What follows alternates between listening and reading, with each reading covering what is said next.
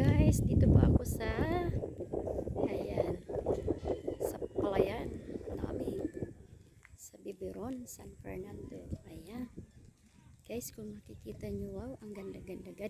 Ganito ka fresh yung air dito sa Bicol. Ayan, sarap ng hangin, ang green yung palibot.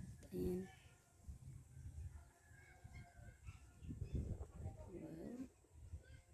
Ayan, tingnan nyo guys kung paano kaganda yung ayan, kung paano ka-green yung palibot dito.